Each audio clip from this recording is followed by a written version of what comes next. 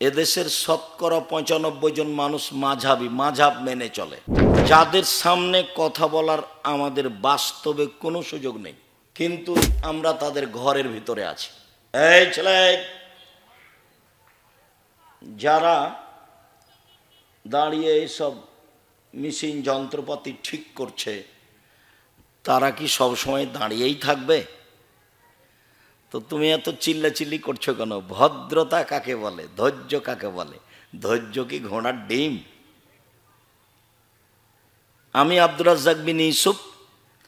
এদেশের শতকরা ৯৫ জন মানুষ মাঝহাবি, মাঝহাব মেনে চলে,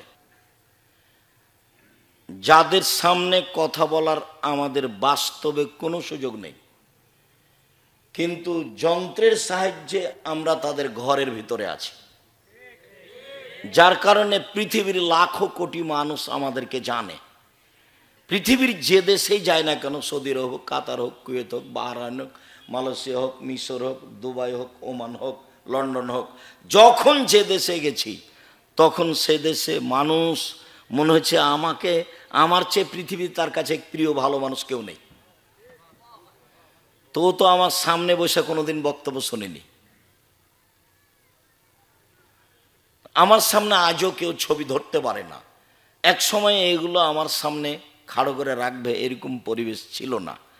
যখন আমি বুঝতে পারলাম এর উপকার, তখন আমি বলেছি তোমরা ভালো যন্ত্র নিয়ে সামনে আসো, যার ফল খুব ভালো বুঝতে পারা যায়। ওমান গেছি তো সন্দীপের এক ছেলে, তার নাম হাবিব, ও বলছে যে আপনি আসবেন বলে আমার গাড়িতে 4 দিনের জন্য আপনার নামে অক্ষ করেছি। 4 দিন এই গাড়িতে কোনো ইনকাম করব না। আমার গাড়িটা 4 বছর হলো শোরুম থেকে বের করা। এখন কেউ যদি গাড়িতে উঠে যদি না বলে যে আজকেই শোরুম থেকে গাড়ি বের করেছো না কি, এই কথা যদি না বলে, আমি হাবিব গাড়ি চালাবো না। তার মানে গাড়ির যত্ন, তার মানে ও কি করে? গাড়ির যত্ন নেই, ঝকঝকে আছে। তা আমি আমাদের ড্রাইভারগুলোকে বলি, গাড়িতে উঠলেই বলি, ভ্যানে উঠলেও বলি, অটোতে উঠলেই বলি, জামিয়া সালাফে অনেক ভ্যান, অটো, গাড়ি, 4-5 জন ড্রাইভার। ভাইয়ের কথাতে একটা মনে পড়ছিল কথা, জামিয়া সালাফে এবছরের সম্মেলনে খরচ হয়েছে 17 লাখ টাকা, 17 লক্ষ। ওই টাকা দিয়ে একটা বিল্ডিং, একটা প্রতিষ্ঠানের বিল্ডিং হয়ে যাবে। এদেশের সবচেয়ে বড় প্রতিষ্ঠান জামিয়া সালাফিয়া, সবচেয়ে বেশি সংখ্যায় প্রতিষ্ঠান জামিয়া সালাফিয়া। শিক্ষা মানে, শিক্ষক সংখ্যায়, শিক্ষক গুণে, প্রতিষ্ঠানের আয়াতনে জামিয়া সালাফিয়া সবচেয়ে বড় প্রতিষ্ঠান। জামিয়া সালাফিয়া রূপগঞ্জ, নারায়ণগঞ্জ, ঢাকা প্রায় 100 বিঘা জমির ওপরে। জামিয়া সালাফিয়া ডাঙ্গিপাড়া পাওয়ার আছে প্রায় 40 বিঘা জমির ওপরে। জামিয়া সালাফিয়া যেটা মহিলা শাখা হতে যাচ্ছে রাজশাহীতে, সেটা প্রায় 60 বিঘা জমির ওপরে, যার 40 বিঘা পুকুর। যেটা জামিয়া সালাফিয়া দিনাজপুর, সেটা 20 বিঘা জমির ওপরে। আরও যেটা ময়মনসিংহে কিনা হয়েছে, যেটা আপনার ফেনীতে, যেটা যশোরে, যেটা কুষ্টিয়ায়, কাছাকাছি সব 19-20।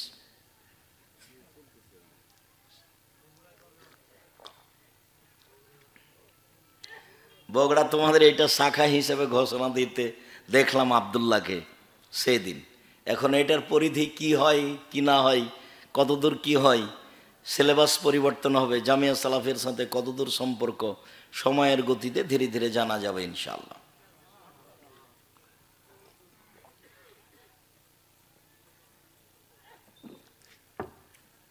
জামিয়া সালাফিয়া ছাত্র আছে প্রায় 5000, শিক্ষক শিক্ষিকা 300 জন, বেতন লাগে প্রতি মাসে 32 লক্ষ, প্রতি মাসে 32 লক্ষ টাকা বেতন লাগে।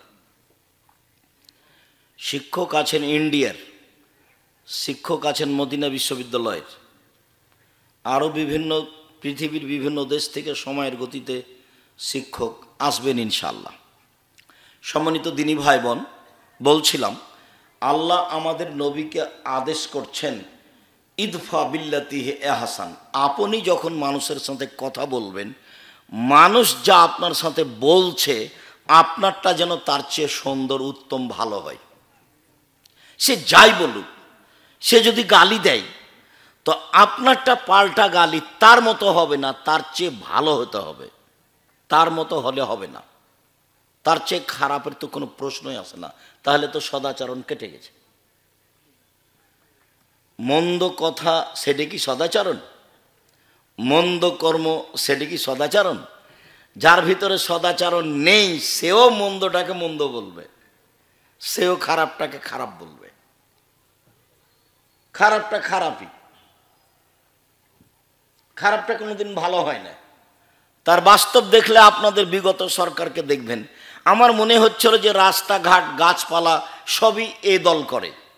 কিন্তু যেদিন চলে গেল 45 মিনিট সময়, সেদিন আমি দেখলাম কিরি, আমি তো যা মনে করছিলাম তা তো নয়। যখন মূর্তির পাশ দিয়ে হাঁটতাম তখন ভাবতাম যে এইসব মূর্তি কি কেউ ভাঙবে?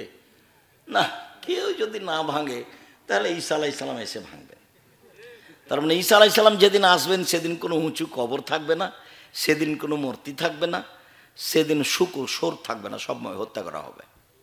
সারা পৃথিবী জুড়ে কোনো কবর থাকবে না, সব ভেঙে দেবে। সেদিন শাহজালালের কবর সিলেটের এমনি ভেঙে দেবে মানুষ। সেদিন কেউ রক্ষা করার থাকবে না, তার আগে কেউ ভেঙে দিতে পারে। এই ছেলেটা বলছে তার আগেই ভাঙবে, হতেই পারে, স্বাভাবিক, হওয়াই স্বাভাবিক। ও তো আল্লাহর নবীর আদেশ, ও তো আল্লাহর নবীর আদেশ, ভাঙতেই হবে, এটা আল্লাহ রসুলের আদেশ। ওটা এক সময়ে মানুষ বাস্তবায়ন করবে, সময়ের গতিতে করবে। বলছিলাম মহান আল্লাহ বলেন আমাদের নবীকে, জাদেল হুম বিল্লাতি হে আহসান, মুহাম্মদ সাল্লাল্লাহু আলাইহি সাল্লাম, আপনি যখন মানুষের সাথে তর্কে বিতর্কে লিপ্ত হবেন তখন আপনার কথা যেন ওর চেয়ে উত্তম হয়, সুন্দর হয়। জাদেল হুম বিল্লাতি হে আহসান, আপনি মানুষের সাথে মুখামুখি কথা বলুন, কিন্তু আপনার কথা হবে তাদের চেয়ে অতীব উত্তম, সদাচরণ। আল্লাহ তাআলা বলেন ফাবিমা রাহমাতিন মিনাল্লাহ লিনতা লাহুম, মুহাম্মদ সাল্লাল্লাহু আলাইহি সাল্লাম, আল্লাহর পক্ষ থেকে বড় দয়া যে আপনি নরম স্বভাবের মানুষ হয়েছেন। নরম স্বভাব। ওয়ালাউ কুনতা ফাদ্দান গালিদাল কালব, যদি আপনি কঠোর স্বভাবের মানুষ হতেন, কর্কশ স্বভাবের মানুষ হতেন, লান ফাদ্দু মিন হাওলেক, তাহলে মানুষ আপনার পাশ থেকে সরে যেত। পিটিয়ে সেবা নেওয়া যায় অল্প কয়েকদিন, আদর দিয়ে ভালোবাসা দিয়ে সেবা নেওয়া যায় স্থায়ী। যদি আপনার ভাষা কর্কশ কঠোর হতো, আচরণ ভালো না হতো, মানুষ আপনার পাশ থেকে সরে যেত। শুনুন, জরুরি কয়েকটা কথা আপনাকে বলি। এক, ফাফু আনহুম, মানুষের সাথে চলতে গিয়ে মানুষ যে আপনার সাথে অন্যায় করেছে সেটা আপনি ক্ষমা করে দেন, মানুষকে ক্ষমা করতে শিখুন। আল্লাহ বলছেন কাকে? আমাদের নবী মুহাম্মদ সাল্লাল্লাহু আলাইহি ওয়াসাল্লাম। আমরা পরে আছি। শুনুন, মানুষের সাথে চলতে গিয়ে মানুষ যে আপনার সাথে অন্যায় আচরণ করেছেন সেটা আপনি ক্ষমা করুন, আদেশ। আল্লাহ আদেশ করছে। বিচার নেওয়া পরে, ধ্বংস কামনা করা পরে, তারপরে বলছেন ওয়াস্তাগফির লাহুম, মানুষ যে আপনাকে গালি দিয়ে, অকথ্য ভাষায় গালি দিয়ে, দেশ থেকে তাড়িয়ে দিয়ে পাপ করেছে, এর জন্য আপনি আল্লাহকে বলুন, আল্লাহ ওরা আমাকে গালি দিয়ে পাপ করেছে, তুমি তাদের পাপ ক্ষমা করে দাও। সদাচরণ কি জিনিস? সদাচরণ কি? আপনি অটোতে বসে আছেন, আমি উঠছি, তো উঠতেই লোকটা টান দিয়েছে, তো আমি ধাক্কা খেয়েছি, তখন আমার ব্যাগটা আপনার মুখের উপরে গিয়ে পড়েছে, তখন আপনি বলছেন হ্যাঁ আপনার কপালে চোখ নাই, এটা একটা আচরণ। আর আপনি বলছেন আচ্ছা আচ্ছা যাক, মনে আমি এটা ভারী মনে, বসেন বসেন, যাক হয়েছে, এটা কিছু সমস্যা নেই, সমস্যা, বসেন বসেন বসেন, কোনো সমস্যা নেই, বসেন। এটা একটা আচরণ, ওটা একটা আচরণ। কপালে চোখ নাই, দেখেন না, একটু ঢং করে উঠতে পারেন না, ওটা একটা আচরণ, এটা একটা আচরণ। কোনটা সদাচরণ? ক্ষমতা দেখিয়ে দুদিন বেঁচে লাভ নাই, ফেরাউন চলে গেছে। ক্ষমতা দেখিয়ে মানুষের প্রতি জেল জুলুম অত্যাচার করে মানুষকে আয়না ঘরে রেখে কোনো লাভ নাই, একদিন চলে যেতেই হবে, আজ হোক আর কাল। মানে সময় আসলে রক্ষা হবে না। তবে আল্লাহর নবী বলছেন ইন্নাল্লাহ ইউমলি লিয-যালিম, আল্লাহ তাআলা জালেমকে সময় দেন, জালেমকে সুযোগ দেন অন্যায় করার। অন্যায় করতে থাকে করতে থাকে করতে থাকে, তো মানুষ মনে করে কই কত মানুষের প্রতি জুলুম করলো, কত মানুষকে পানিতে ডুবিয়ে মারলো, জেলে হত্যা করলো, আলেম ওলামাকে জেল ফাঁসি দিল, তারপরেও তো বিচার হয় না। কই মানুষে বলছে যে জুলুম করলে আল্লাহ বিচার করবে, কই হয় না। যায় যায় যায় যায়, আল্লাহর নবীও বলছেন, বুখারী মুসলিমের হাদিস, আল্লাহকে সুযোগ দেন, দিতে দিতে দিতে দিতে হাত্তা ইজা আখাযাতহু লাম ইউফলিতহু, যখন ধরে ফেলেন তখন আর সময় দেন না। ফেরাউন 2-1 দিন জুলুম করেনি, প্রায় 1,500 বছর। তাহলে কত মানুষের প্রতি জুলুম করেছেন। তার বিরুদ্ধে গেলে বালুর উপরে ফেলে দিয়ে হাতে পায়ে কাঁটা মেরে দিয়ে গায়ে সাপ বিচ্ছু ছেড়ে দিত। লৌহ শলাকাধারী ফেরাউন। বড় বড় যারা জালেম চলে গেছে পৃথিবীতে, সর্বোচ্চ জালেম ফেরাউন। তারপরে একদিন সময় শেষ হয়ে গেছে। একদা আল্লাহ মূসাকে বললেন, মূসা তোমাকে ফেরাউনের কাছে যেতে হবে। মূসা বললেন, আমি সাবলীল ভাষায় কথা বলতে পারি না, মুখে সমস্যা আছে, আমি যাব না। আল্লাহ বললেন, আমি মুখের ভাষা ঠিক করে দিচ্ছি, যেতে হবে। তিনি বললেন, ফেরাউনের পক্ষ থেকে আমার উপর একটা অপরাধের অভিযোগ, মারতে পারবে না, আমি আপনার সাথে আছি, হারুনকে দিলাম, এবার যান। এবার 2 ভাই এসে বলছেন স্বাধীনতা, 2 ভাই এসে বলছেন বানি ইসরায়েলকে ছেড়ে দেন, আমাদের সাথে স্বাধীনতা লাগবে। বানি ইসরায়েলকে এভাবে দাস দাসী করে রেখেছেন কেন, ছেড়ে দেন। তখন ফেরাউন বলছেন, কে তুমি কি সেই মূসা নও যাকে আমি শিশুকালে বহুদিন লালন পালন করেছি? তুমি কি তোমার বয়সের বহু বছর আমার মাঝে ছিল না? হ্যাঁ, ফেরাউন তো তাকে লালন পালন করেছে। তোমাকে কি আমি শিশুকালে লালন পালন করিনি? তুমি কি বহু বছর আমার মাঝে থাকোনি? তুমি যা করেছো তা করেছো, তুমি তোমার কর্ম করেছো, তুমি 1 থাপ্পড়ে মানুষ মেরেছো, তুমি বড় অকৃতজ্ঞ। আমার মানুষকে হত্যা করে আমার দেশ থেকে চলে গিয়ে তুমি আমাকে দাওয়াত দিতে আসো, তুমি বড় অকৃতজ্ঞ। মূসা আলাইহিস সালাম বললেন, জি আমি যা করেছি তা করেছি, আমি তখন ভুল পথে ছিলাম, আমি আপনার হত্যার ভয়ে দেশ ছেড়েছি। আমার প্রতিপালক আমার প্রতি দয়া করেছেন, দয়া করে আমাকে জ্ঞানে গুণে পূর্ণ করেছেন, তিনি আমাকে নবী করেছেন। ঠিক আপনি আমার প্রতি অনুগ্রহ করেছেন, অনুগ্রহ করে আপনি খোঁটা দিয়েছেন, খোঁটা দিয়ে আপনি বানি ইসরায়েলকে দাস দাসীতে পরিণত করেছেন। ভাষা পরিবর্তন করে তুমি বড় উদ্ধত স্বৈরাচার, তুমি বড় সীমালঙ্ঘনকারী। ঘোষণা মূসা আলাইহিস সালাম ফেরাউনের সামনে দিলেন। যা হওয়ার তাই হলো। ফেরাউন হত্যার জন্য প্রস্তুতি নিল, মূসাকে হত্যা করতে হবে।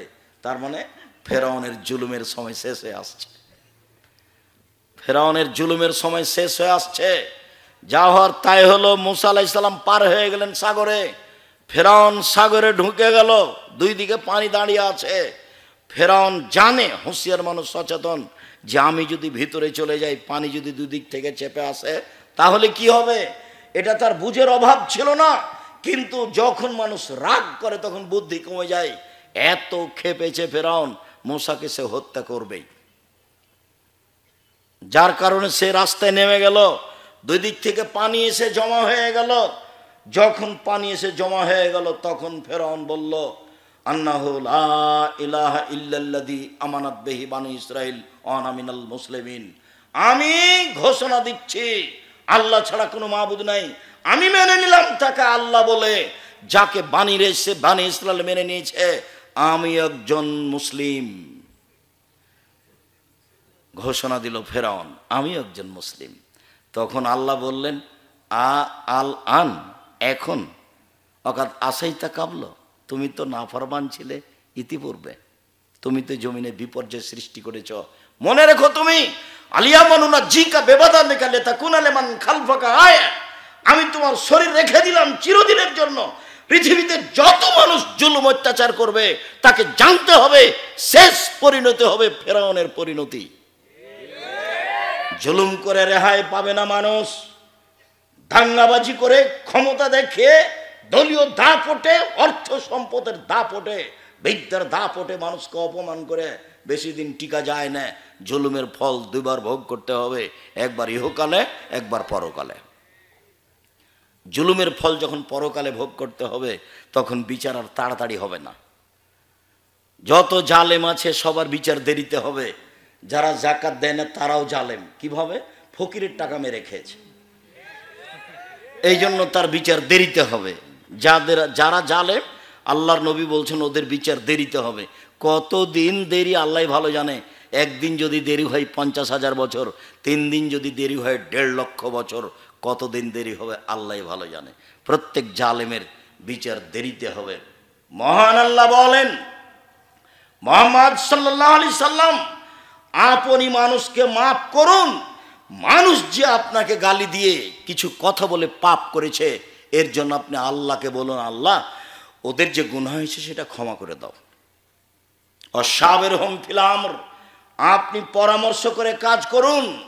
ফায়জা আযমতা ফাতাওয়াক্কাল আলাল্লাহ, যখন আপনি কোনো কাজ করবেন, সিদ্ধান্ত নেবেন, তখন আপনি আল্লাহর উপরে ভরসা করবেন, আপনি কাজে সফল হবেন।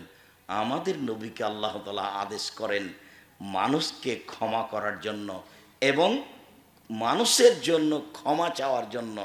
তাহলে সদাচরণ একেই বলে। মহান আল্লাহ বলেন, আল্লাযীনা ইনফিকুনা ফিস সাররাই ওয়াজ যাররাই ওয়াল কাযিমিনাল গায়য ওয়াল আফিনা আনিন নাস, ওরাই মূলত সদাচরণের লোক যারা অসহায় মানুষকে দান খায়রাত করে, সচ্ছল হলেও অসচ্ছল হলেও। সচ্ছল হলে বেশি দেয়, অসচ্ছল হলে কম দেয়। অল আফিরানিন নাস, মানুষকে মাফ করে। কি হয়েছে? অন্যায় করেছি, ঠিক আছে, এরপরে যেন হয় না, যাও তোমাকে মাফ করে দিলাম। কি হয়েছে? মালিক এটা এভাবে বললে কেন? দেখি আরো 2-3 রাত তোমাকে সময় দিচ্ছি, দেখি তুমি ঠিক কাজ করতে পারো কিনা। কর্মচারীকে হতে হবে বিশ্বস্ত, আর কর্মচারীকে হতে হবে দর্শনধারী, আর কর্মচারীকে হতে হবে শক্তিশালী। 3টা গুণ থাকবে কর্মচারীর। আপনারা যারা মালিক, যে কোনো কাজে, আপনি একটা ইন্ডাস্ট্রিজের মালিক, একটা কারখানার মালিক, আপনি কিছু কর্মচারী রেখেছেন, কর্মচারীর 3টা গুণ থাকতে হবে। একটা কি? বিশ্বস্ত, টাকা যেন মেরে না খায়, আল্লাহ বলছেন। 2, দর্শনধারী, ওকে দেখতে যেন ভালো লাগে, ভ্যাংচা মুখের যেন না হয়। ভ্যাংচা মুখের কি করবে সে রুজি আপনার চিন্তা করার দরকার নেই, ওটা আল্লাহ ব্যবস্থা করবেন। আপনি দর্শনধারী লোক ঠিক করবেন। 3, শক্তিশালী। এই 3টা গুণের লোককে মানুষ নির্ধারণ করতে হবে কাজের জন্য। সম্মানিত দিনী ভাই বোন, আল্লাহ তাআলা বলেন যে ওরাই হলো সদাচরণের অধিকারী মানুষ, ওরাই জান্নাত পাবে যারা অসহায় মানুষকে দান খায়রাত করে থাকে, সচ্ছল হলেও অসচ্ছল হলেও এক। অল আফিনা আনিন নাস, মানুষের ভুল ত্রুটিকে মাফ করে দেয়। অল কাযিমিনাল গায়জ, রাগকে দমন করে। রাগকে দমন করতে হবে। মনটা খুব খারাপ, মনে হচ্ছে যে 2 থাপ্পড় না দেওয়া পর্যন্ত থামতে পারি না, মনে হচ্ছে যে 2টা কথা না বলা পর্যন্ত থামাই যাচ্ছে না, ভিতরটা এত জ্বলছে। তাহলে আপনি কি বস্তির মহিলা? বস্তির মহিলা ঝগড়া লাগলে যত খারাপ কথা বলতে পারে তত খুশি হয়, আর যখন ঝগড়া বন্ধ হয়ে যায় তখন বলেছি যে মনটা ঠান্ডা করে বলেছি কথা। তো আপনি কি বস্তির মহিলার মতো যে আপনার চরিত্র কেন এত আপনি খেপে যাচ্ছেন কেন? 2টা বলে নিলে আপনার কি হবে? বলিয়েন না তো, বলেননি তখন কি হয়েছে? আমি তো দেখি ফেসবুকে, ইউটিউবে মানুষ আমাকে বলে যে আপনাকে যে এত মানুষ ধুয়ে ছেড়ে দেয়, তা আপনি কিছু বলেন না কেন? তা আমি তো ওর নামই তো নি না, তা আমি বলবো কি? আমি এতটুকু বলি যে ওর যদি কথা বন্ধ হয়ে যায় তখন আবার রিং দিয়ে বলি, ভাইজান আপনার কি টাকা শেষ হয়ে গেছে, আর কোনো গালি ছিল কি, আর কোনো গালি থাকলে আবার আমি রিং দিলাম, ওটা আপনি শেষ করে নেন। ও কত বলল সেটার আমার উত্তর দেওয়ার দরকার নেই। ওর পাতা আমি কোনোদিন পড়িনি, পড়বও না। মাযহাবের পাতা আমি কোনোদিন পড়িনি, পড়বও না। ওই নিয়ে আমি চিন্তা ভাবনা করি না কোনোদিন। কোনোদিন মানুষের একটা বক্তব্য শুনেছি সেই হিসাবে বক্তব্য দিতে শিখেছি, এটা আমার মনে পড়ে না। কামারপাড়া এসেছি বক্তব্য দিতে, কেন? তো মৌলানা আব্দুর রব খুলনা আসেননি সেই জন্য। বীরকুষ্টিয়া মাদ্রাসায় এসেছি বক্তব্য দিতে, মাদ্রাসার সূচনা শুরু হবে সেই জন্য। প্রথম ইটটা আমার হাতের দেওয়া। কে যদি অস্বীকার করে থাকলে সে ধোঁকাবাজ, অস্বীকার করেছে, মিথ্যুক। প্রথম ইটটা আমার হাতের দেওয়া। তারপরে যিনি এ দিয়েছেন ছিলেন শেহাবুদ্দিন সন্নি, গোবিন্দগঞ্জ গায়েবান্ধা, মারা গেছে। বলছিলাম সদাচরণ কি জিনিস আল্লাহ তাআলা বলেন। এবার চলেন হাদিসে কয়েকটা বলি। মোজাইনা কাবিলার একজন বলছেন, আল্লাহর নবী, মা খায়রো মা উতিল ইনসান, আল্লাহ তাআলা মানুষকে অনেক নিয়ামত দিয়েছেন, জমি জায়গা, টাকা পয়সা, বাড়ি ঘর, স্ত্রী, আল পরিবার, সব কিছু দিয়েছে, অনেক নিয়ামত দিয়েছে। আল্লাহর নবী, সবচেয়ে যেটা ভালো নিয়ামত সেটা কোনটা একটু বলেন তো আল্লাহর নবী, এটা জিজ্ঞাসা। সবচেয়ে উত্তম ভালো কোনটা? তখন আল্লাহ রাসূল উত্তরে বললেন, আল খলকুল হাসান, ভালো আচরণ হলো সবচেয়ে উত্তম নিয়ামত। যার মুখ খারাপ তার কাছে ভালো আচরণ উত্তম নিয়ামত নেই। যে গালি দেয় বউকে, জনগণকে, তার কাছে উত্তম নিয়ামত নেই। যে কথায় কথায় খেপে উঠে তার কাছে আল্লাহর পক্ষ থেকে উত্তম নিয়ামত নেই।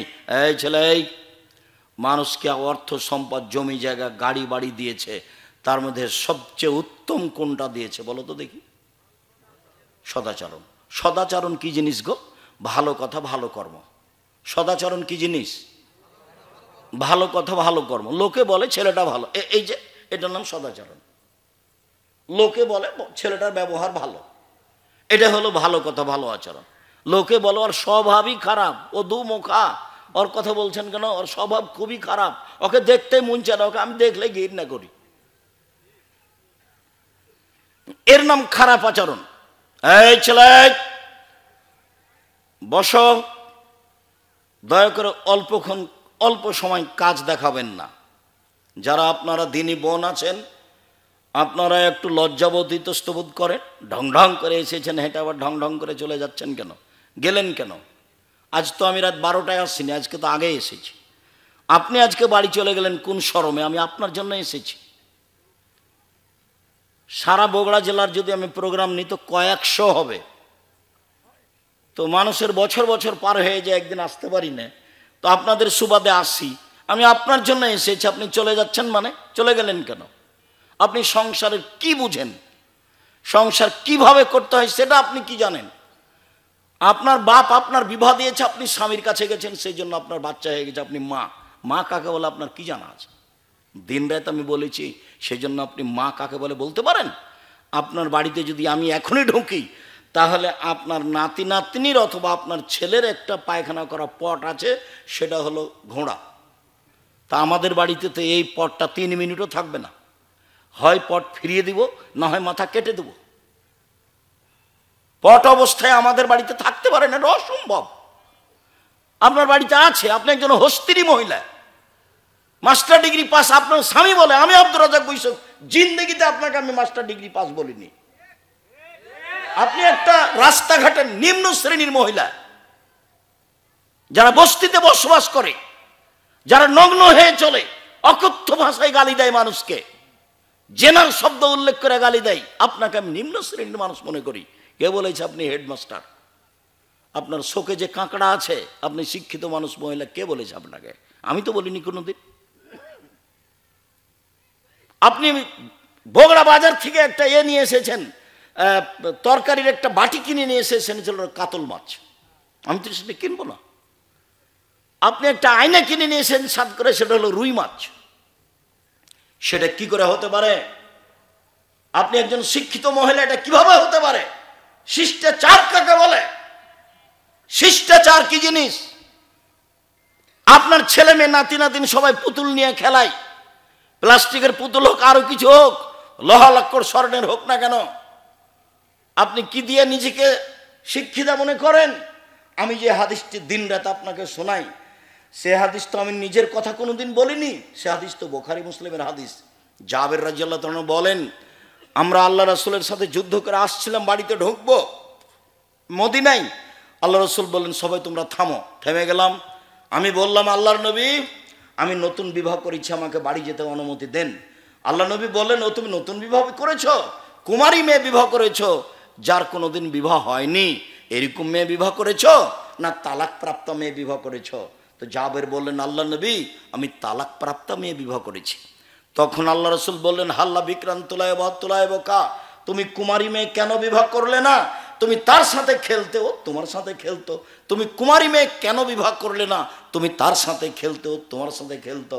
আল্লাহ রাসূল যে কথা বললেন, জাবের রাদিয়াল্লাহু তাআলা সে কথার উত্তর না দিয়ে তিনি বলছেন, আল্লাহর নবী আমার আব্বা উহুদের যুদ্ধে শহীদ হয়েছেন 9 জন মেয়ে রেখে, আমার 9 জন বোন আছে। আল্লাহর নবী উহুদের যুদ্ধে আমার বাপ শহীদ হয়েছেন 9 জন মেয়ে রেখে, আমার 9 জন বোন আছে। আক্রাহুয়ান আতাজাওয়াজা মিসলাহুন্না, ওদের মতো কম বয়সের বুদ্ধি কম মেয়েকে আমি বিবাহ করা পছন্দ করিনি। বেশি বয়সের মেয়ে বিবাহ করেছি 4টা কারণে। এক, লে তুয়াল্লেমাহুন্না, আমার স্ত্রী যেন আমার বোনদেরকে বিদ্যা শিখাতে পারে। 2, অলে তুয়াদ্দেবাহুন্না, আমার স্ত্রী যেন আমার বোনদেরকে শিষ্টাচার শিখাতে পারে। আপনার মেয়েটার নখ বড় আছে, এটা ভালো শিষ্টাচার? তা আপনি নাকি মা, আমি তো বলেছি এই মেয়েটাকে, এই তুমি তোমার মাকে খালা বলে ডাকে, নাহলে সৎমা বলিও। ও সৎমা আপনি কেমন আছেন? নইলে তুমি যদি ওটা যদি তোমার নিজ মা হয় তো তোমার নখটা বড় থাকে কি করে? নবীগণের বৈশিষ্ট্য 10টি, নবীগণের স্বভাব 10টি, নবীগণের খাসলাত 10টি, নবীগণের বৈশিষ্ট্য 10টি, নবীগণের স্বভাব 10টি। সব নবী এই 10টি স্বভাবে রূপান্তরিত ছিলেন। 1, দাড়ি বড় করতে হবে। চেঁচে ফেলা নারীদের সাদৃশ্য, চেঁচে ফেললে অভিশাপ হয়, চেঁচে ফেললে চোখের পাওয়ার কমে যায়, চেঁচে ফেললে স্ত্রী মিলন ক্ষমতা চলে যায়। 2, কাসু সারেব, মোচ কেটে ফেলতে হবে, চেঁচে ফেলা যাবে না, মোচ থাকবে, এটা পুরুষের পরিচয়। 3, কাসুল আজফারে, নখগুলি কেটে ফেলতে হবে, পুরুষ নারী একই হুকুম, নখ কেটে ফেলতে হবে। শিষ্টাচার, বৈশিষ্ট্য, খাসলত, অভ্যাস, নীতি, সব নবীর এরুমি নীতি। না ফুলে বেতে বগলের লুম উঠে ফেলতে হবে, ব্লেড ব্যবহার করা হবে না, নারী পুরুষ একই হুকুম। হালাকুলানাতে নিচের লুম পরিষ্কার করতে হবে, ঊর্ধ্বে টাইম 40 দিন, পুরুষ নারী একই হুকুম। পেশাব পায়খানার পরে পানি দিয়ে পবিত্রতা অর্জন করতে হবে। পানি দিয়ে পবিত্রতা অর্জন করে যারা, আল্লাহ তাদের প্রশংসা করেছেন। তবে ঢেল নিয়ে 40 কদম হাঁটতে হবে, পায়ের উপরে পা উঠাতে হবে, খক খক করে কাশতে হবে, এটা হলো নোংরামি। এই নীতি আল্লাহ রাসূল বলেননি, তিনি বলেছেন পানি দিয়ে পবিত্রতা অর্জন করতে হবে। পেশাব পায়খানার পরে পানি দিয়ে পবিত্রতা অর্জন করতে হবে। পানি না থাকলে ঢেল টিস্যু পেপার, আগে ঢেল টিস্যু পেপার, 40 কদম হাঁটা, পায়ের উপরে পা উঠানো, খক খক করে কাশা, এই নোংরা নীতি আল্লাহ রাসূল না করেছেন। তিনি বলেননি যদি 40 কদম হাঁটাই লাগে পবিত্রতার জন্য, তাহলে তার স্ত্রীকে হাঁটতে হবে না? তার বউ 40 কদম হাঁটবে, পায়ের উপরে পা উঠাবে, খক খক করে কাশবে, তো পুরুষ মানুষ কেমন কেমন ভাববে। তো আপনি যখন ওভাবে হাঁটেন তখন মহিলা মানুষ দেখে, তখন মহিলা মানুষকে কেমন কেমন লাগে। একই কথা, দুটাই ব্যাপার। এরকম নোংরা কাজ তো ধর্ম হতে পারে না। বলছিলাম আল্লাহর নবী সামনে জাবের বলছেন, আল্লাহর নবী আমি বেশি বয়সের মেয়ে বিবাহ করেছি যাতে করে আমার স্ত্রী আমার বোনদেরকে শিষ্টাচার শিখাতে পারে। শিষ্টাচার কি জিনিস? কেন বাড়িতে পুতুল আছে তার নাম শিষ্টাচার? কেন আপনার স্ত্রী যখন বাচ্চাটাকে গায়ে জামা দিচ্ছে তখন বাম হাতে ঢোকালা কেন? আগে ডান হাত ঢোকাতে হবে। শিষ্টাচার কাকে বলে? আপনার স্ত্রী বলে দিল না, বাচ্চা যখন পেশাবখানায় যাবে, আব্বু দোয়া পড়ে যাও, আম্মু দোয়া পড়ে আসো, আব্বু ডান কাতে সও, পা কেবলার দিকে থাক আর যেদিকে থাক তাতে আসে যায় না। জুতা আপনি ডাইন পায়েটা পরো আব্বু, খোলার সময় বাম পায়েটা খোলো। শিষ্টাচার কাকে বলে? শিষ্টাচার কি জিনিস? নখে নেইল পালিশ দিতে হবে, ইসলামী শিষ্টাচার নয়। এটা ইহুদি খ্রিস্টানদের পতিতালয়ের মেয়েদের বৈশিষ্ট্য। নখ কেটে ফেলতে হবে, নখ রাখা, নখে নেইল পালিশ দেওয়া ইহুদি খ্রিস্টানদের পতিতালয়ের মেয়েদের বৈশিষ্ট্য। মুসলিম মহিলারা নখে মেহেদি দিবে, হাতের নখে তো মেহেদি দিবেই, পায়ের নখেও দিতে হবে, দিতে বাধ্য। হাতের নখে মেহেদি দিতে হবে মহিলাদেরকে, পায়ের নখে মেহেদি দিতে হবে। এটা হলো তাদের ইসলামী শিষ্টাচার। কপালে টিপ দিতে পাবে না। হিন্দু মেয়েদের বিবাহ করার 10টি পদ্ধতি রয়েছে, তার একটি পদ্ধতির নাম রাক্ষসী বিবাহ। মেয়ের বাপ বিবাহ দিবে না, ছেলে জোর করে বিবাহ করবে, কপালে টিপ দিতে পারলে বিবাহ হয়ে গেছে। ওটা হলো হিন্দু নীতি। ওটা মুসলমানের ঘরে আসলো কি করে? টিপ দেয় কি করে? এই কাপড় পরে কি করে? এটা শিষ্টাচার হয় কি করে? এই যে নগ্ন, এই যে বোরখা, ফ্যাশন বোরখা, এটা শিষ্টাচার হলো কি করে? শিষ্টাচার কি জিনিস? বাড়ি গিয়ে আপনি যদি সত্যি মুসলমানের মেয়ে হন, তাহলে বাড়ি গিয়ে আপনার এই বোরখাটা আগে জ্বালাবেন। কালকে একটা বোরখা বানাতে হবে ঢিলা ঢালা। ফ্যাশন বোরখা পরে আপনি তাহাজ্জুদ পড়ে কি দেখাতে চান? ফ্যাশন বোরখা পরে আপনি শিষ্টাচার কি দেখাতে চান? আমি আব্দুর রাজ্জাক বিন ইউসুফ আপনাকে কষ্ট দিতে আসিনি। আপনাকে আমি মনে করি আপনি একজন হস্তিনী মহিলা। আপনাকে মনে করি আপনি একজন পথে পড়ে থাকা মহিলা, নিম্ন শ্রেণীর বস্তির মহিলা। আপনি আমাকে বলেন আব্দুর রাজ্জাক সাহেব, আপনি কিভাবে এটা বলেন? আমি হচ্ছি খাদিজার মতো, আমি হচ্ছি আয়েশার মতো। ঠিক আছে, আমি আপনাকে আয়েশার মতো মনে করলাম, আপনাকে আমি খাদিজার মতো মনে করলাম। আয়েশা রাদিয়াল্লাহু তাআলা আনহা বলেন, আমার স্বামীর কবর হলো আমার ঘরে। আয়েশার স্বামী কে? মুহাম্মদ সাল্লাল্লাহু আলাইহি সাল্লাম। আমার স্বামীর কবর হলো আমার ঘরে। তখন আমি আমার ঘরে এমনিতে যাই, মাথায় কাপড় দিই না, এমনিতে যাই। কিছুদিন পরে আমার স্বামীর পাশে কবর হলো আমার বাপের। তখন আমি মনে করি এটা আমার স্বামীর কবর, এটা আমার বাপের কবর। আমি কবরের পাশে এমনিতে যাই, মাথায় কাপড় থাক আর না থাক সেটা বিবেচনা করি না। কয়দিন পরে সেখানে কবর হলো উমরের, অর্ধ পৃথিবীর খলিফা, কুশাগর বুদ্ধিজীবী রাজনীতিবিদ উমর, যিনি রাস্তায় চললে ফের শয়তান সে রাস্তা দিয়ে হাঁটতো না। সে উমরের যখন কবর হলো, তখন তিনি বলছেন, একজন বেগানা পুরুষের কবর হয়েছে আমার বাপের কবরের পাশে, তা আমি লজ্জা করি, আমি লজ্জা করে মাথায় কাপড় দিয়ে যাই, আমি আঁটো সাঁটো হয়ে নিজেকে গুটি নিয়ে কবরের পাশে যাই। কেন? আমি একজন বেগানা পুরুষের কবরকে লজ্জা করি। একজন মহিলা বেগানা পুরুষের কবরকে লজ্জা করেন, আর আপনি এই নগ্ন অর্ধনগ্ন হয়ে এই ফ্যাশন বোরকা পরে চলে আমাকে বলছেন আব্দুর রাজ্জাক সাহেব, আপনি আমাকে বস্তির মহিলা বলছেন? মানে আপনাকে আমি বস্তির মহিলা বলতে চাইনি। এই দেখেন আয়েশা, আপনাকে আমি আয়েশাই বলতে চাচ্ছি। আপনার মেয়ের নখ বড় আছে, জবাব আমাকে দিতে হবে। আমাকে দিতে হবে কেন? আপনার ছেলের প্যান্টটা টাকানোর নিচে আছে, জবাব আমাকে দিতে হবে। আমাকে দিতে হবে কেন? এই জবাব আমি দিব কেন? দুজন মিলে দিবেন। আমি বয়সের মেয়ে,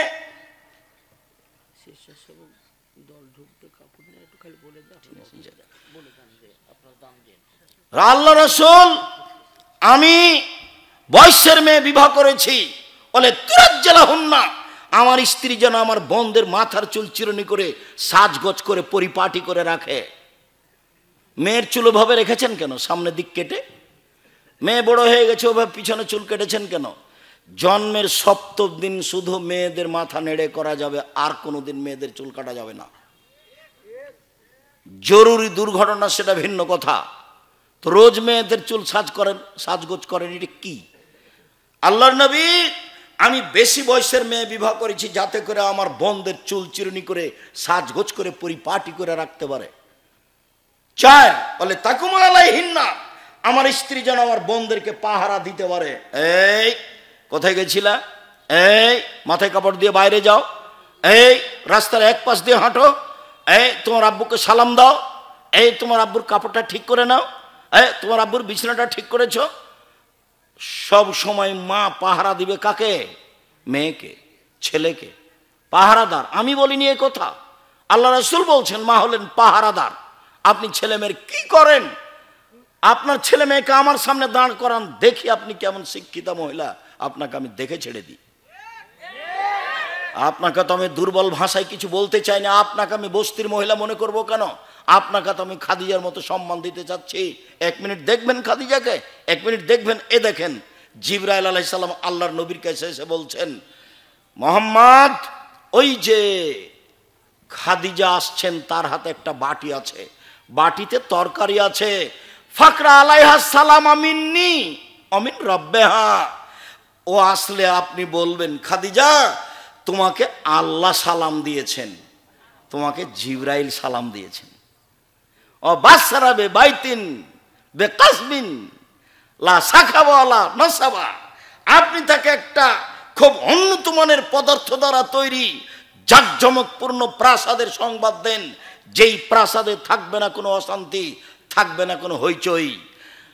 জিবরাইল বলছেন আমাদের নবীকে, কার ব্যাপারে? খাদিজার ব্যাপারে। 1 মিনিট দেখবেন। এ দেখেন সারা, সারাকে দেখেন 1 মিনিট। এ দেখেন সারা, সারার গায়ে যখন হাত দিতে গেল, স্বৈরাচারী শাসক দাঁড়িয়ে হাত বাড়িয়েছে, সারার গায়ে হাত লাগাবে। সারা বলছেন থামেন, আগে অজু হবে, 2 রাকাত সালাত হবে, তারপরে কোনো কথা। সারা অজু করলেন, 2 রাকাত সালাত আদায় করলেন, তারপরে বলছেন আল্লাহুম্মা ইন কুনতা তাআলাম আমানতু বিকা ওয়া রাসূলিকা।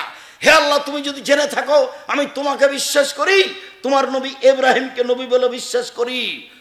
আহসানতু ফারজি লিল্লাহ জাওজি, জিন্দেগিতে আমার লজ্জার স্থান আমার স্বামী ছাড়া কাউকে ব্যবহার করতে দিনি। এই 3টা কথা যদি ঠিক হয়ে থাকে, হলা তুসাল্লাহ তালাল কাফেরা, কোনো কাফের যেন আমার গায়ে হাত লাগাতে না পারে। কথা শেষই হয়নি, কাফের অজ্ঞান হয়ে পড়ে গেছে। হাদিস বুখারী মুসলিম। নির্জনে আমি বলছি, আমি তোমাকে মেনে নিয়েছি, তুমি আল্লাহ। আমি বলি না ইব্রাহিম আমার স্বামী, এ কথা আমি বলছি না।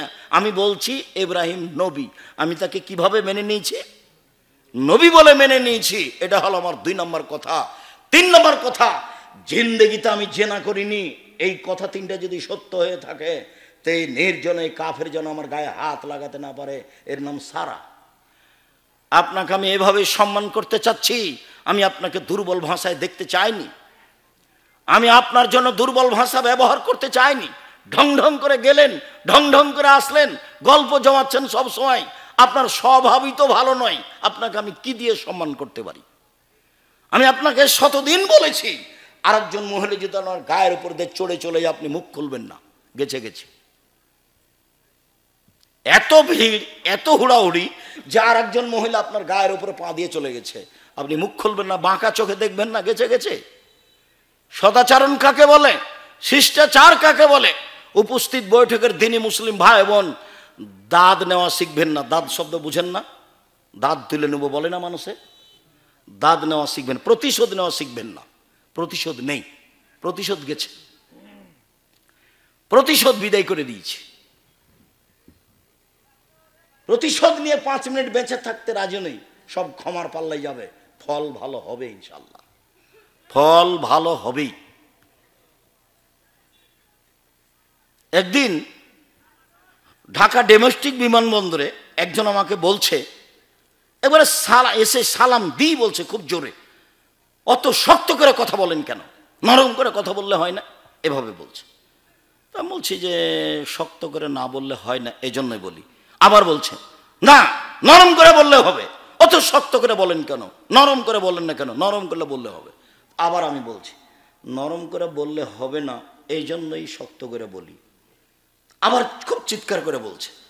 তখন আমি বললাম, আল্লাহর নবী খুব শক্ত করে বলতে বলেছেন, সেই জন্যই শক্ত করে বলি। এখন বিমানবন্দর জরিপ করা হোক, যে কয়েকজন লোক বিমানবন্দরে আছে, এই জরিপে কথা বেশি মেনে চলে অন্য বক্তাদের চেয়ে। এইটা যদি না হয়, মানে আমার কথা বেশি মেনে চলে, আলহামদুলিল্লাহ, এটা যদি না হয় জরিপে, আমি আর কোনোদিন বক্তব্য দিব না। তখন চট করে বলছে, হেসে বলছে, মনে কিছু নিয়েন না, আমার সাধ ছিল আপনার মতো করে আপনার সামনে একটু কথা বলবো, সেই জন্য। আসলে আমার বক্তব্য, আপনার বক্তব্য আমাকে পরিবর্তন করেছে। আমার একটু সাধটা ছিল আপনার সামনে এভাবে বলবো, সেই জন্য বলেছি আমাকে মাফ করবেন, আমার একটা বলার সাধ ছিল আপনার সামনে। ভালো, জাজাকাল্লাহ খায়ের, তুমি বলেছ। যখন আমি যে জেলাতে যাই তখনই কিছু মানুষ মাপ চাই, তো আমি বলি ঠিক আছে মাফ করলাম। সে কি বলেছে সেটা আমার দেখার বিষয় নয়। আমি আমার জীবনে কোনোদিনও অপ্রয়োজনীয় কাহিনী বলিনি, আমি কেসাও বলিনি, অপ্রয়োজনীয় কথাও বলিনি। রাসূল সাল্লাল্লাহু আলাইহি সাল্লামের কথা সম্ভবপর বলার চেষ্টা করি। আবু হুরায়রা রাদিয়াল্লাহু তাআলা আনহু বলেন, রাসূল সাল্লাল্লাহু আলাইহি ওয়াসাল্লাম বললেন, আশ-শাহনু রাহমাতুন আর রাহমাস শাহনাতুন রহমান, সদাচরণ রহমান থেকে নির্গত হয়েছে। রাহামিম এই শব্দ থেকে সদাচরণ শব্দটা নির্গত হয়েছে। এবার আল্লাহ বলছেন, এই সদাচরণ, মান ওয়াসালাকে ওয়াসালতহু ওমান কাতাকে কাতাতহু, সদাচরণ তোমাকে যে নিবে আমি আল্লাহ তাকে নিব, সদাচরণ তোমাকে যে ছেড়ে দিবে আমি আল্লাহ তাকে ছেড়ে দিব। যার সদাচরণ নেই তার আল্লাহ নেই। কিভাবে খায়? হিন্দু যেভাবে খায়। কিভাবে জমি জায়গা অর্থ সম্পদ কিনে করে বাড়ি গাড়ি, তো হিন্দু যেভাবে করে। আয়েশা রাদিয়াল্লাহু তাআলা আনহা বলেন, রাহিমা মুআল্লাকাতুন বিল আরশে, সদাচরণ আল্লাহর আরশ ধরে ঝুলন্ত। তাহলে একটা সদাচরণের একটা রূপরেখা। আয়েশা রাদিয়াল্লাহু তাআলা বলেন, আল্লাহ নবী বললেন সদাচরণ আল্লাহর আরশ ধরে ঝুলছে অবস্থায়। তারপরে সদাচরণ বলছে, আমি সদাচরণ বলছি, মান অসালানি অসালাহুল্লাহ, আমাকে যে নিবে আল্লাহ তাকে নিবে। ওমান কাতানি কাতাহুল্লাহ, আমাকে যে ছেড়ে দিবে আল্লাহ তাকে ছেড়ে দিবেন। সদাচরণ এমন একটা জিনিস যা দিয়ে সবচেয়ে দামি জান্নাত পাওয়া যায়। আবু মুসা আশআরী রাদিয়াল্লাহু তাআলা আনহু বলেন, আল্লাহর নবী বলেন, ইন্না ফিল জান্নাতি লা গোরাব ইউরা জাহিরুহু মিন বাতিনিহা বাতিনুহু মিন জাহিরিহা। একটু যেহেতু এটা কমই প্রতিষ্ঠান, সহযোগিতা করতে হয় আমাদেরকে, আর আপনারা করে থাকেন, কোনোদিনই কোনো বছরই খালি পয়সায় আসবেন না। 10 টাকা হোক, 10,000 টাকা হোক, 100 টাকা হোক।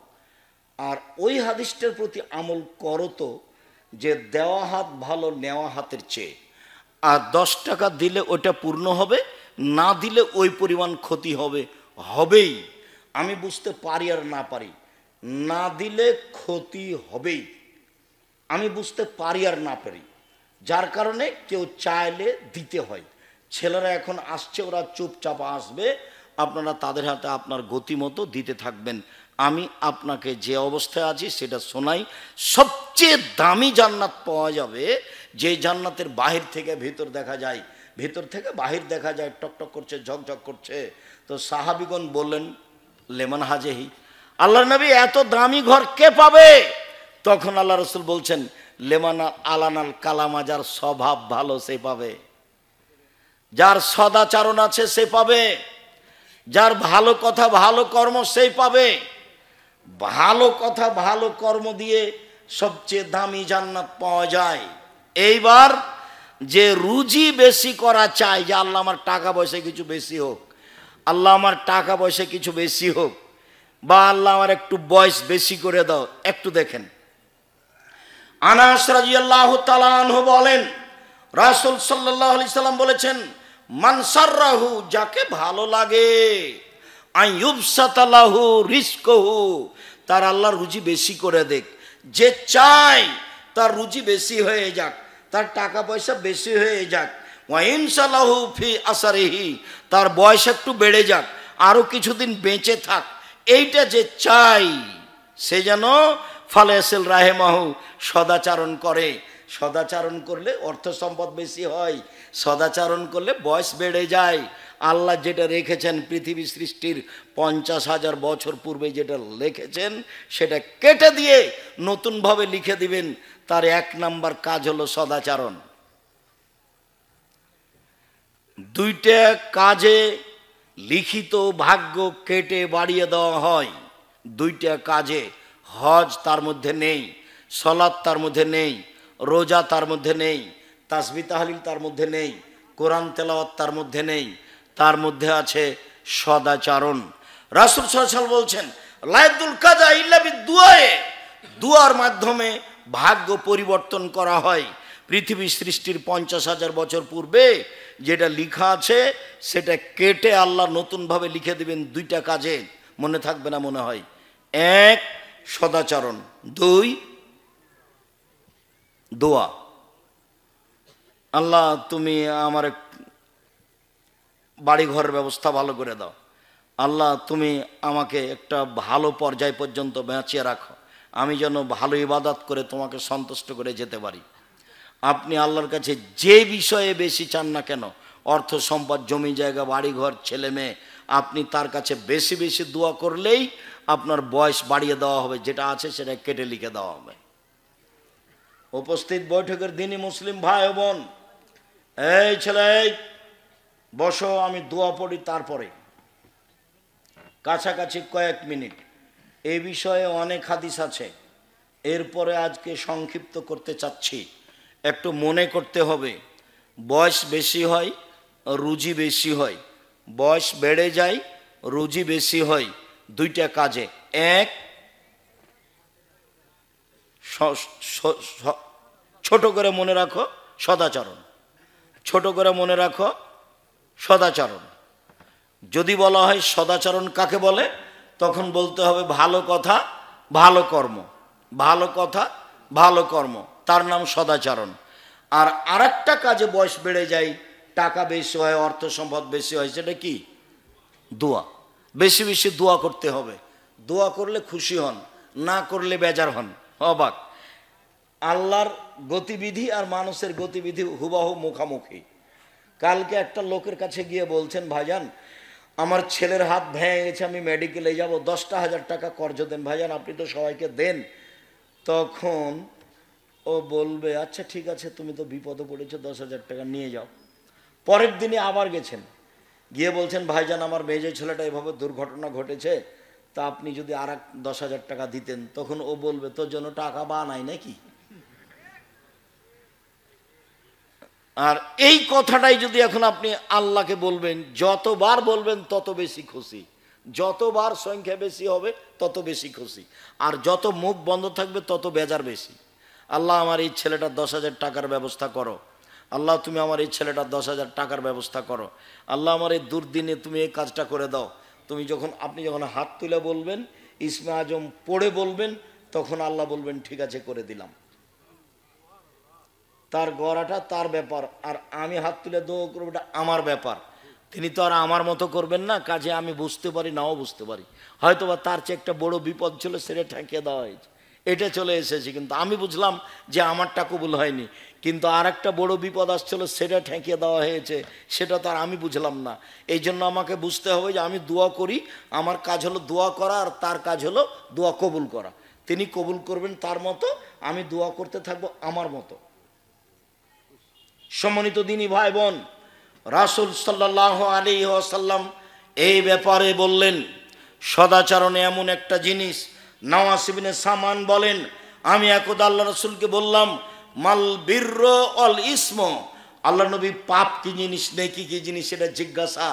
আল্লাহ নবী পাপ কি জিনিস, নেকি জিনিস, নেকি কি জিনিস, এটা জিজ্ঞাসাটা হলো পাপ কি নেকি কি, পাপ কি নেকি কি। তখন আল্লাহ রাসূল বলছেন, আল বিরর হুসনুল খুলুক, নেকি হলো ভালো আচরণ।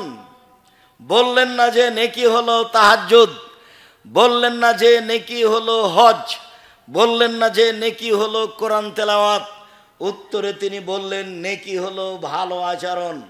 পূর্বের বাক্যে ফিরে যাই, বিচার মাঠে নেকির পাল্লায় সবচেয়ে ভারী নেকি কোনটা? সদাচরণের নেকি, ভালো আচরণের নেকি। সদাচরণ নেকি নিজেকে গ্রহণ করতেই হবে, অফিসে, আদালতে, কোর্টে, কাচারিতে, বাড়িতে, স্ত্রী পরিবারের কাছে, ছেলে মেয়ের কাছে। মুখ সব সময় কন্ট্রোলে রাখতে হবে।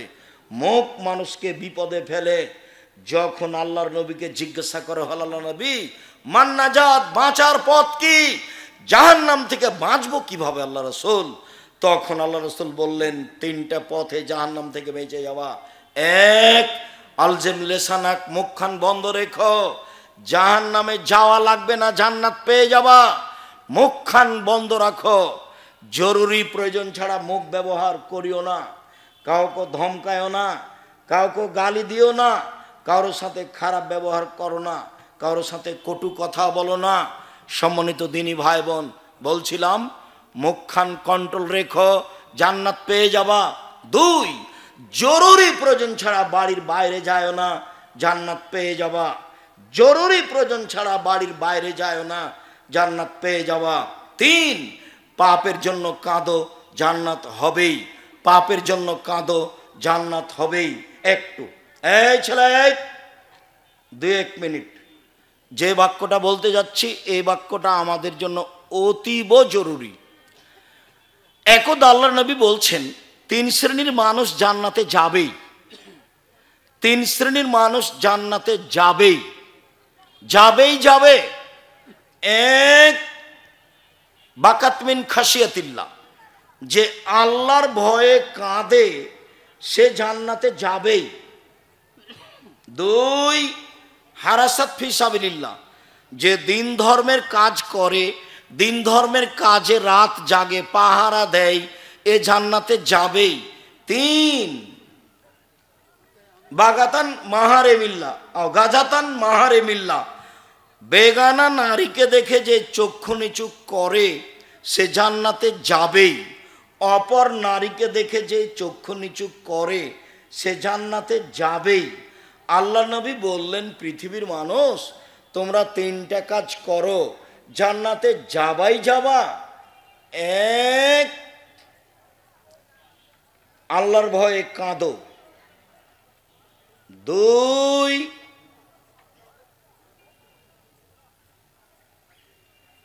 আল্লাহর ভয়ে কাঁদো। 2, জরুরি প্রয়োজন ছাড়া বাড়ির বাইরে যাবা না। 3, বেগানা নারীকে দেখে চক্ষু নিচু করো, তার মানে তুমি বড় মোবাইল ব্যবহার করতে পারবা না। নগ্ন ল্যাংটা মেয়ে দেখে চক্ষু ঠান্ডা করে জান্নাত কেনার আশা করো না। জান্নাতে মেয়েরা আছে, সর্বোচ্চ দামি মেয়ে, যাদেরকে জিন কোনোদিন স্পর্শ করেনি, যাদেরকে মানুষ কোনোদিন স্পর্শ করেনি, যাদেরকে দেখে মনে হবে ঝিনুকের মধ্যে লুকানো মুক্তা, যাদের মাথার চুল হবে লম্বা লম্বা কোঁকড়া কোঁকড়া কুচকুচে কালো, যারা হবে 15-16 বয়সের মেয়েদের মতো ভিন্ন ধরনের রূপ চেহারার। এই সব মেয়েকে যদি ভোগ করতে হয় তাহলে রং মাখানো এই সব মেয়েদেরকে দেখে চক্ষু ঠান্ডা করে, কলিজা ঠান্ডা করে জান্নাত কিনা যাবে না, ভুল হিসাব। যেদিন বলেছি 3টা পাপের কারণে সমাজে 3টা বিপদ নেমে আসে, সমাজে 3টা পাপের কারণে 3টা বিপদ নেমে আসে। বিপদ 1, ভূমিকম্প হবে। বিপদ 2, আকার আকৃতি পরিবর্তন হবে। সন্ধ্যায় ছিল মানুষ, সকালে হবে সোর। সন্ধ্যায় ছিল মানুষ, সকালে হবে বানর। হবেই হবে, সেদিন চলে এসেছে কাছাকাছি। বিপদ 3, সব সমস্যা নেমে আসবে সমাজের 3টা পাপের কারণে। মসজিদে মারামারি, মাদ্রাসায় মারামারি, যেখানে সেখানে হইচই, জমির দাম যা, রেস্টি খরচ তাই, চতুর্দিক থেকে সমস্যা নেমে আসবে 3টা পাপের কারণে। বিপদ 1, ভূমিকম্প। বিপদ 2, আকার আকৃতি পরিবর্তন। সকাল সন্ধ্যায় ছিল মানুষ, সকালে হবে শুকর বানর। 3, সমস্যা নেমে আসবে, সব জায়গায় সমস্যা, রাস্তাঘাটে মসজিদ মাদ্রাসায় সব জায়গায় সমস্যা। এ হলো 3টা বিপদ। পাপ 3টা। পাপ 1, এদা সারেবুল খমুরা, যখন মানুষ নেশাদার দ্রব্য পান করবে, বিড়ি তামাক জর্দা সিগারেট গুল পেপসি ঠান্ডা কোকাকোলা আরসি, এইগুলো যখন মানুষ স্বাভাবিকভাবে পান করবে, মনে করবে এগুলো মদ নয়। চিরদিন আমি বলে আসছি 30 বছর থেকে, ঠান্ডা পেপসি কোকাকোলা আরসি মদ। আর যারা বলছে মদ নয় তাদের কাছে কোনো দলিল নেই, আমার কাছেই দলিল আছে। এর ইতিহাস তলিয়ে দেখতে হবে ঠান্ডা পেপসি কোকাকোলা আরসি, তাহলে বোঝা যাবে। সম্মানিত দিনী ভাই বোন, যেদিন আমার উম্মাত নেশাদার দ্রব্য পান করবে সেদিন এই 3টা বিপদ নেমে আসবে। 2, জাহরাতুল কায়নাত, মেয়েরা যখন নাচবে তখন এই 3টা বিপদ নেমে আসবে। সব মোবাইলে মেয়ে নাচে, সব টিভিতে, সব দোকানে মেয়ে নাচে, সব ঘরে মেয়ে নাচে, রাস্তাঘাটে মেয়ে নাচে, অফিস আদালতে মেয়ে নাচে, শিক্ষা প্রতিষ্ঠানে মেয়ে নাচে। মেয়েরা যেদিন নাচবে 3টা বিপদ নেমে আসবে। 3, জারাবুবিল মাজেব, যখন বাদ্যযন্ত্র প্রকাশ পাবে তখন তিনটা বিপদ নেমে আসবে। সব মোবাইলে বাজনা বাজে, প্রায় সব দোকানে বাজনা বাজে, প্রায় সব ঘরে বাজনা বাজে, গাড়িতে বাজনা বাজে, রাস্তাঘাটে বাজনা বাজে। একটা বিবাহ অনুষ্ঠান হয় না বাজনা ছাড়া, একটা গাড়ি চলে না বগুড়া থেকে ঢাকা বাজনা ছাড়া। মানুষ পশু প্রাণীর মতো হয়ে গেছে। দুঃখিত, আপনাকে কি দিয়ে বুঝাই? আমাদের নবী মুহাম্মদ সাল্লাল্লাহু আলাইহি সাল্লাম আফসোস করে বললেন, পৃথিবীর মানুষ মনে রেখো, আমি আমার উম্মতের জন্য দুঃখ প্রকাশ করে গেলাম। পৃথিবীর মানুষ মনে রেখো, আমার উম্মতের জন্য আমি দুঃখ প্রকাশ করে গেলাম। আমার উম্মত ইহুদি খ্রিস্টানদের সাথে মিশে যাবে, কথাবার্তাতে, চালচলনে, কৃষ্টি কালচারে, অফিস আদালতে, নিয়ম নীতিতে, খাতা কলমে, প্রতিষ্ঠানে, সব কিছুতেই আমার উম্মত মিশে যাবে ইহুদি খ্রিস্টানদের সাথে। ডান হাতের বৃক্ষ যেমন বাম হাতের সমান, ডান হাতের বৃক্ষ যেমন বাম হাতের সমান, একবারে হুবাহু মিলে যাবে আমার উম্মত ইহুদি খ্রিস্টানের সাথে। পৃথিবীর মানুষ মনে রেখো, দুঃখ সহকারে বলে যাচ্ছি, ডান পায়ের জুতা যেমন বাম পায়ের সমান, ডান পায়ের জুতা যেমন বাম পায়ের সমান, সমান সমান যেমন আমার উম্মত ইহুদি খ্রিস্টানদের সাথে মিশে যাবে। নিয়ম নীতিতে, পোশাক আশাকে, কাপড়ে, চলনে ফিরনে, কথাবার্তাতে মিশে যাবে। এইভাবে বলতে বলতে বলতে নিচে নামতে লাগলেন। নিচে নামতে নামতে বলছেন, পৃথিবীর মানুষ মনে রেখো, ইহুদি খ্রিস্টান যদি মায়ের সাথে জেনা করে থাকে, আমার উম্মত মায়ের সাথে জেনা করবে। কি বুঝলেন? এগুলো কি স্বাভাবিক কথা? বলো তো ছেলে, তোমার মাথার চুলটা এভাবে কাটা আছে কেন? নিচের চতুর্দিক চেঁচে রেখেছে, ওপরটা এরকমভাবে ছাতা করে রেখেছে কেন? এটা কার স্বভাব? তোমার গেঞ্জিটাতে পিছনে কার ছবি ওঠে? তোমার মাকে তুমি সৎমা বলিও তো আমার খুব কষ্ট হয়। তোমার মাকে যখন তুমি আম্মা বলে ডাকো তখন আমার খুব ব্যথা আসে। ওকে বলবে সৎমা। আর তুমি তো একটা মূর্খ ছেলে, তোমার গায়ে গেঞ্জিটা, এই গেঞ্জিটা উঠে কি করে? এই গেঞ্জিটা তোমার গায়ে আসে কি করে? তোমার এই গেঞ্জিটা আমরা টয়লেট পেপার হিসেবে ব্যবহার করব না। আমি তো বলেছি কাজী সাহেবকে, কাজী সাহেব অত দাপট দেখাচ্ছেন কেন আপনি? বাড়ি বগুড়া হলে দাপট দেখাতে হবে? হ্যাঁ, আপনি এ কথা বলবেন কেন? কাজী সাহেবের খাতাতে যে কাগজ আছে সেই কাগজ দিয়ে টয়লেট পেপার হিসেবে ব্যবহার করতে হবে। আমি বলেছি, আমি একটু কম বলেছি, এর চেয়ে শক্ত ভাষা ব্যবহার করতে হতো। আল্লাহর নবী বলেছেন, বিবাদে 2 জন সাক্ষী লাগে। আপনার খাতাতে লেখা আছে 4 জন সাক্ষী। আপনার খাতা আল্লাহর নবীকে অস্বীকার করেছে, আপনার খাতা আল্লাহকে অস্বীকার করেছে, আল্লাহর বিধিকে অস্বীকার করেছে। আপনি ওখানে 4 জন সাক্ষী লাগিয়েছেন, অথচ আল্লাহ নবী বলছেন বিবাহের জন্য 2 জন সাক্ষী। আপনি এভাবে বলেন মানে? আমি আপনার খাতার পাতাকে টয়লেট পেপার হিসেবে ব্যবহার করতে চেয়েছি, এটা কম করে বলেছি। রবি ঠাকুর বলেছে, ওমা তোমার আকাশ তোমার বাতাস, আমি বলেছি তার বাপের আকাশ, আমি এটা কম করে বলেছি। মামলা হয়েছে সিলেট সুপ্রিম কোর্টে, সিলেট কোর্টে, হাইকোর্টে, তাতে কি হবে? সিলেট আপনার ওই সুনামগঞ্জে মামলা হয়েছে, তাতে কি হবে? আমি যখন সিলেট কোর্টে উঠলাম কাঠগড়াই, তখন জজ আমাকে বললেন যে আব্দুর রহিক সাহেব, আপনি কি পিস টিভির আলোচক? আমি বললাম জি হ্যাঁ। উনি বললেন আপনার মামলা খারিজ করে দিলাম। 5,000 কোটি টাকার মামলা। আমি কি বলেছি? আমি বলেছি ঠাকুর বলেছে, ওমা তোমার আকাশ তোমার বাতাস। যতবার ঠাকুর বলেছে ওমা তোমার আকাশ তোমার বাতাস, ততবার ঠাকুর বলেছে ও কালিমা তোমার আকাশ, ও কালিমা তোমার বাতাস।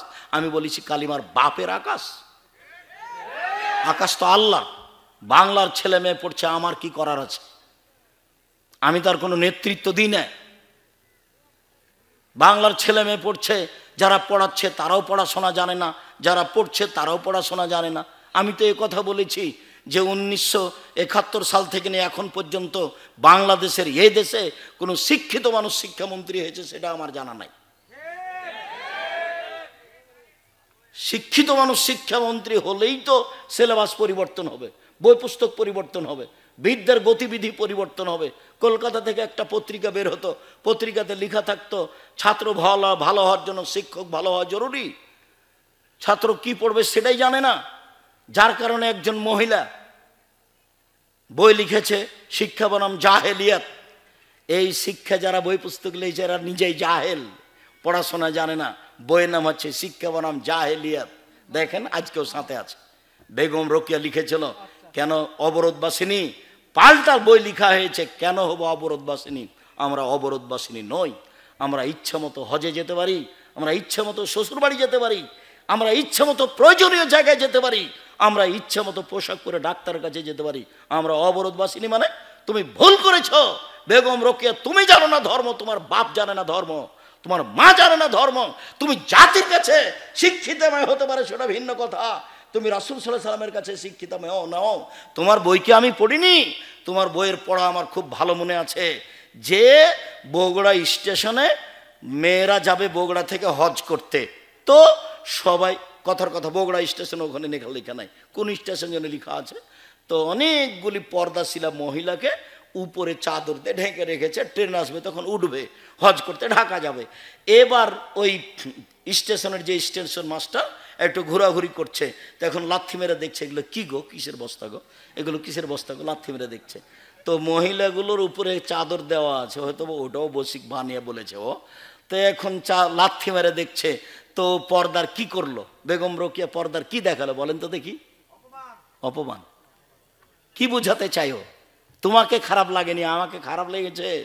আমার বিদ্যায় বাধা দিয়েছে, আমার গাইরে, আমার মানবতায় বাধা দিয়েছে, আমি এটা মেনে নিতে পারি না। তোমার চলে, আমার যে চলে না। তোমার বউকে সারাদিন মানুষে ধাক্কা মারে বগুড়া শহরে, তোমাকে একটুকু খারাপ লাগে না। আর আমাদের বইয়ের গায়ের সাথে যদি একটু কারো ড্রাইভারের একটু আঁচ খেয়ে যায় তাহলে গাও জ্বলে যায়। এর নাম হলো আত্মমর্যাদা, এর নাম হলো আত্মমর্যাদা। আত্মমর্যাদা। 1 মিনিট, আল্লাহ নবী স্বপ্নে জান্নাতে ঘুরছেন, দেখছেন খুব সুন্দর একটা প্রাসাদ, ঝকঝকে ভিন্ন ধরনের প্রাসাদ। আল্লাহ রসুল বলছেন সুবহানাল্লাহ, এত সুন্দর প্রাসাদ কার? তো পাশে একজন বৃদ্ধা মহিলা ওযু করছে। আল্লাহ নবী বললেন, এই মহিলা বলতে পারো এই প্রাসাদ কার? তখন মহিলা বলছে, এই প্রাসাদ হচ্ছে উমর রাদিয়াল্লাহু তাআলা আনহুর। তখন আল্লাহ রসুল পিছে উঠতে লাগলেন, না না না না, আমার মনটা চাচ্ছিল যে একটু ঘরের ভিতরে ঢুকে দেখি। এত বড় আত্মমর্যাদার অধিকারী মানুষের ঘরে ঢোকা যাবে না। আল্লাহর নবী পৃথিবীর সবচেয়ে দামি মানুষ, উমারের আত্মমর্যাদাকে হিসাব করে সরে আসছেন, অথচ সেখানে উমার নেই। উমারের আত্মমর্যাদা, এত বড় আত্মমর্যাদার অধিকারী মানুষের ঘরে আমি ঢুকি কি করে? এটা কে ভাবছেন? মুহাম্মদ সাল্লাল্লাহু আলাইহি সাল্লাম ঢুকলেন না, বের হয়ে চলে আসলেন। সকালে বলছেন, উমার ঘরটা তোমার দেখলাম জান্নাতে, আমার মনটা চাচ্ছিল একটু ভিতরে গিয়ে দেখি, তোমার আত্মমর্যাদাকে হিসাব করে আমি ঢুকিনি। তখন উমর বলছেন, আল্লাহ নবী আপনি আমার আত্মমর্যাদাকে হিসাব করেন। এই কথা বলে তিনি ঝরঝর করে কেঁদে ফেললেন। উমর রাদিয়াল্লাহু তাআলা আনহু। তোমার আত্মমর্যাদা নেই, তোমার বোনের নেই, তোমার মায়ের নেই, তোমার বাপের নেই, দিনই আত্মমর্যাদা থাকতে হবে। সম্মানিত দিনী বোন, আপনাকে আমি দুর্বল দৃষ্টিতে দেখিনি। আপনি যদি 4টা কাজ করতে পারেন, জান্নাতের সব দরজা খোলা, যে কোনোটা দিয়ে ঢুকতে পারবেন। 1 5 ওয়াক্ত সালাত, 2 রমজান মাসের রোজা সিয়াম, 3 স্বামীকে মেনে চলা, তিতা লাগলেও মিঠা লাগলেও মেনে চলবেন, 4 জেনায় লিপ্ত হবেন না। 4টা কাজ করেন, জান্নাতের সব দরজা খোলা। স্বামীর সাথে চলতেই হবে। যদি বলেন চলা যাবে না তাহলে খোলা তালাক করে নেন, কিন্তু আপনি দিন রাত মেয়েকে বলবেন তোর বাপকে পানি দিয়াই, বৌমাকে বলবেন তোমার শ্বশুরকে পানি দিয়ে আসো। যদি কেউ না থাকে তাহলে কোনো সময় আপনি 1 গ্লাস পানি নিয়ে ঠ্যাক্কস করে এইভাবে রেখে চলে যাবেন। এই সংসারের প্রয়োজন নাই। মাস মাস দিন দিন সপ্তাহ সপ্তাহ এভাবে কি ঢং দেখাচ্ছেন? আমি বুঝে নিলাম আপনার স্বামীর মুখ খারাপ, এটা আমি বুঝলাম, স্বামীর আপনার মুখ খারাপ। আপনি মুখ বন্ধ করে সংসার মেনে নেন, আপনার জন্য ভালো হবে। যত গালি দিবে দেখ, আপনি মুখখান বন্ধ করে সংসার মেনে নেন। আমি আব্দুর রাজ্জাক বিন ইউসুফ আপনার দিনী ভাই, আমি বলছি আপনি সংসার মেনে নেন, তার সাথে উঠেন বসেন কথা বলেন, আজকেই বলেন, আপনার জন্য ভালো হবে। এইভাবে আপনি চলবেন না, কথা বলবেন না, তাহাজ্জুদ পড়বেন, এই তাহাজ্জুদ কবুল হবে না। সহজ পথ, যদি মেনে নিতে নাই পারেন তো আগামীকাল কাজের কাছে গিয়ে খোলা তালাক করে নেন।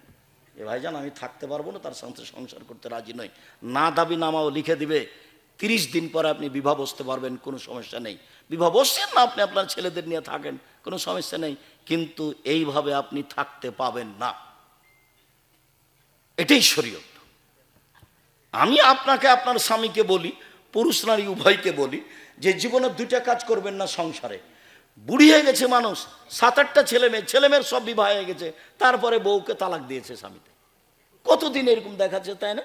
ছেলে মেয়েও বিপদে, মাও বেটাও বিপদে, বেটিও বিপদে, বৌমারা বিপদে, সবাই একটা বিপদে, জামাইও বিপদে। কি করা যায়? এ দুর্ঘটনা কেন? দুইটা কাজ করবেন না, একটা হলো প্রতিবাদ আর একটা হলো অভিমান। অভিমান করবেন না কোনো সময়, আপনিও করবেন না, ওই অভিমান করতে পাবে না। আপনি করবেন কি? তোমাকে বললাম যে একটু পা টিপে দাও, পা ব্যথা করছে, তুমি একটু পা টিপে দিলে না। তোমাকে বললাম যে তুমি একটু গরম পানি করে দাও, কতবার বললাম তুমি গরম পানিটা করে দিলে না। এই যে অভিমান, যখন দুই একটা দিবে না, তখন শয়তান আপনাকে বারবার বলবে, দেখ দেখ তোর বউ একটা কথা মানে না, দেখ তোর বউ একটা কথা মানে না, একে তালাক, একে তালাক, একে তালাক। প্রতিবাদ, হ্যাঁ তুমি আমার মাকে এভাবে গালি দিলে কেন?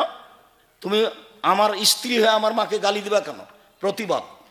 প্রতিবাদ করিয়েন না, নইলে বারবার শয়তান খালি আপনাকে বলবে, বল না একটু কড়া করে, বল না একটু শক্ত করে, বল না, খালি বলবি এভাবে। এরপরে যদি তুই আমার মাকে কিছু বলিস, তাহলে তোর হয়েছে, তোকে একেবারে 101 কোটি তালাক দিয়ে বের করে দেবো। তখন বিকাল আবার বলেছে, যেমন বলেছে তেমন বলছে, তোকে 100 তালাক দিলাম, তোকে 1000 তালাক দিলাম, তুই চলে যা। আহারে, 3টে ছেলে মেয়ে, বড় বিপদ। তো বউ তো চলে গেল, এখন পাশের হুজুরকে বলেছে, তখন পাশের হুজুর বলছে 1 রাতের জন্য বিবাহ দিতে হবে।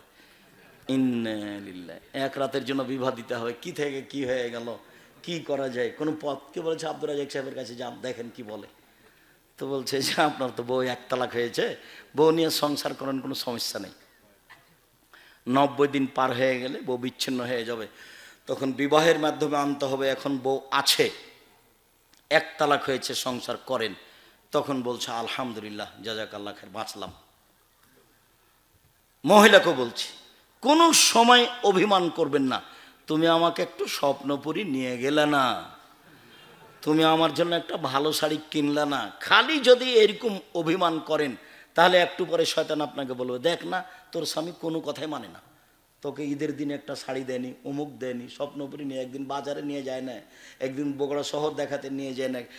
সারা দিন খালি আপনাকে একবারে শয়তান পাগল করতে করতে করতে সকালে বিকালে বলবে, ওকে বলিয়ে নেবে যে বল যে তোর ভাত খাবো না, বল বল তোর ভাত খাবো না, তুমি আমার একজনের কথা শোনো না, তোমার আমি ভাত খাবো না, তুমি আমাকে ছেড়ে দাও, তুমি আমাকে রেখে আসো। একবারে তাই বলছে, তাই বলবে।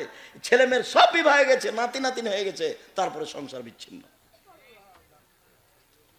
2 জন আমার চোখের সামনে থেকে ঝরঝর করে পানি ঝরে যাচ্ছে, সাথে ছেলে আছে, সাথে মেয়ে আছে, সাথে বৌমা আছে, সাথে নাতি নাতিন আছে, সাথে একবার ভরপুর 1 গাড়ি এসেছে, বউ আছে গাড়িতে, স্বামী আছে গাড়িতে, 3 বছর থেকে সংসার বন্ধ হয়ে আছে। তখন বলছে শেষ পর্যন্ত কি করা যায়? ওই শেষ পর্যন্ত কি বলতে পারি, সংসার নেই, এটাই চূড়ান্ত। এখন তাহলে আমরা এক বাড়িতে থাকতে পারি না? হ্যাঁ, এক বাড়িতে থাকেন, তবে কোনো সময় বলবেন না যে আমাকে পানি দাও 1 গিলাস। কোনো সময় দুইজনের সহযোগিতা আসতে পাবেন না। নাতি নাতিন আপনাদের কাছে যাবে, আপনি ওদিকে থাকবেন, আপনি এদিকে থাকবেন, মনে করবেন যে ওটা পরিবার ভিন্ন, আমার পরিবার ভিন্ন, তাহলে থাকতে পারবেন, নাহলে ভিন্ন হয়ে যেতে হবে। জাযাকুমুল্লাহ খায়ের। সদাচরণ, নম্র আচরণ, ভালো কথা, ভালো কর্ম নিয়ে আমরা এক গুরুত্বপূর্ণ সংক্ষিপ্ত তথ্যবহল বিবরণের চেষ্টা করব ইনশাল্লাহুল আজিজ। উল্লিখিত বিষয়ের উপরে কথা বলার পূর্বে আপনাদের সাথে একটা জরুরি কথা একে জানার জন্য বলে রাখি যে সদাচরণ হলো নেকির কাজ। হজ যেমন নেকির কাজ, সালাত নামাজ যেমন নেকির কাজ, সিয়াম রোজা যেমন নেকির কাজ, সদাচরণ তেমন নেকির কাজ। মানুষের সাথে ভালোভাবে কথা বললে নেকি হয়, মানুষের সাথে ভালো আচরণ দেখালে নেকি হয়। মানুষে তখন বলে ছেলেটার স্বভাব খুব ভালো, মানুষে তখন বলে যে লোকটা খুব ভালো। তো এই আচরণে নেকি হয়, এই নেকিটা কেমন? আল্লাহর নবী যা বলেছেন তাতে ভালো আচরণের নেকি, সদাচরণের নেকি বিচারের পাঠে নেকির পাল্লাই সবচেয়ে ভারী।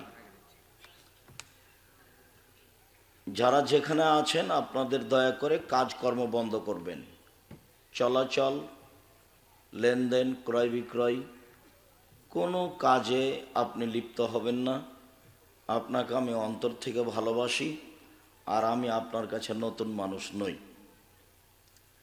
কাজে আমি আপনার জানা মানুষ হিসেবে আমার পক্ষ থেকে আপনার নিকটে জোরালো দাবি, অনুরোধ রইল যে আপনি কিছুক্ষণ কোনো কাজ করবেন না, কোনো কথা বলবেন না, একখেলে চেয়ে থাকবেন। আপনাকে আমি দেখাতে চাচ্ছি এখন যে বিচারের মাঠে মানুষের পাপ নেকি ওজন হবে, তবে সবার ওজন হবে না। যারা ইহুদি ওদের নেকি নেই, যার কারণে ওদের পাপ নেকি ওজন হবে না।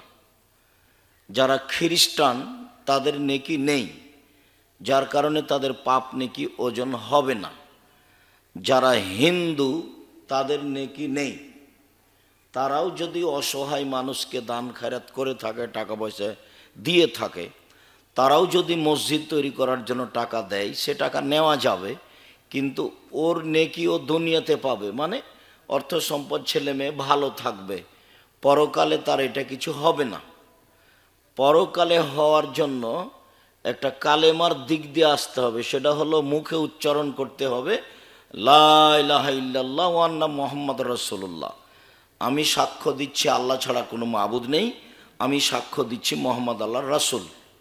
এই কথার ছাড়া, এই লাইন ছাড়া পরকালে কিছু পাওয়ার কোনো দ্বিতীয় লাইন নেই। তো যেহেতু হিন্দুরা এই কথার সাথে নেই, যার কারণে তাদের পরকালে কোনো পাপ নেকির ওজন হবে না। এদেশে যারা শিয়া হিসাবে আছে, কাদিয়ানি হিসাবে আছে, বা এইরকম কাছাকাছি যারা আছে, তাদেরও নেকির পাল্লা, পাপের পাল্লা হবে না। মানে তার বিশ্বাস, কথা, কর্মের কারণে লা ইলাহা ইল্লাল্লাহ ওয়া আন্না মুহাম্মাদ রাসূলুল্লাহ এটা কেটে গেছে। কেউ যদি মহাস্থানে গিয়ে সন্তান চায় আর যদি বলে লা ইলাহা ইল্লাল্লাহ মুহাম্মদ রাসূলুল্লাহ, তাহলে লাভ হবে না। মহাস্থানে গিয়ে সন্তান চাওয়ার কারণে ওটা কেটে গেছে। ওকে বলা হয় শিরক, আবার বলা হয় বড় গুনাহ, কাবিরা গুনাহ। কাবিরা গুনাহর সিরিয়ালে 1 নম্বর। বহুদিন আমি এই মাঠে পাপের সিরিয়াল দিয়েছি যে পাপের জগতে সবচেয়ে বড় পাপ কোনটা। তখন আল্লাহর নবী বলেছেন আল ইশরাকু বিল্লাহ, আল্লাহর সাথে শিরক করা। এটা হলো পাপের সিরিয়ালে সবচেয়ে বড়। আর 2 নম্বরে আছে উকুকুল ওয়ালিদাইন, বাপ মাকে না মানা। বাপ মাকে না মানাই দ্বিতীয় মহাপাপ। জেনাও পাপ, জেনাও মহাপাপ, কিন্তু সিরিয়ালে 2 নম্বর নয়। চুরিও মহাপাপ, সুদ ঘুষও মহাপাপ, কিন্তু সিরিয়ালে 2 নম্বর নয়। সিরিয়ালে 2 নম্বর পাপ হলো বাপ মার অবাধ্য চলা। বউয়ের নামে অ্যাকাউন্ট খুলতে হবে না, ভুল হিসাব। বউ পরকিয়া করে টাকাটি নিয়ে পালিয়ে যাবে। হয় নিজের নামে খুলতে হবে দেশ বিদেশে থাকলে, আর নাহলে বাপের নামেই খুলতে হবে, মায়ের নামে খুলতে হবে, অন্তত পালিয়ে যাবে না কোথাও।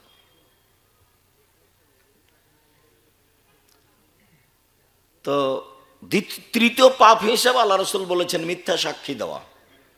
বগুড়া জেলে 20-30 বছর থেকে বহু মানুষ আছে, ও নিজেও জানে না আমি কেন জেলে।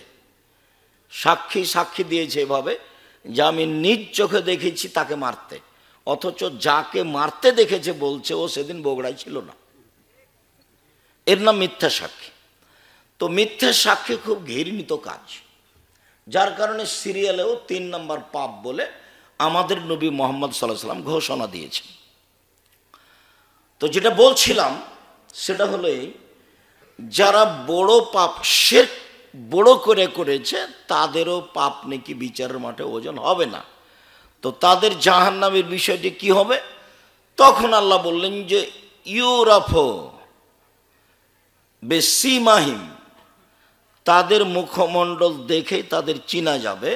ওয়ায়ুখাযু বিন নাওয়াসি ওয়াল আকদাম, তার পা এবং মাথার সম্মুখ ভাগ ধরে তাকে জাহান্নামে নিক্ষেপ করা হবে ওজন ছাড়াই।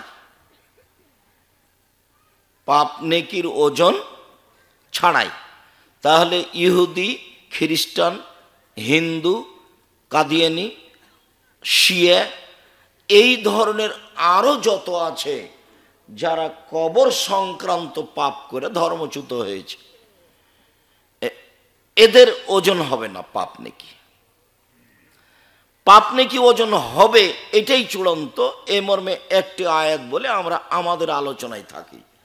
আল্লাহ তাআলা বলেন, মান সাকুলাত মাওয়াজিনুহু ফাহুয়া ফি শাতির রাদিয়া। বিচারের মাঠে যার নেকির পাল্লা ভারী হবে, তার থাকার জায়গা হবে অতীব গভীর, অতীব সুখ স্বাচ্ছন্দ্যময় জান্নাত। ওয়াম্মা মান খাফফাত মাওয়াজিনুহু ফাউম্মুহু হাবিয়া।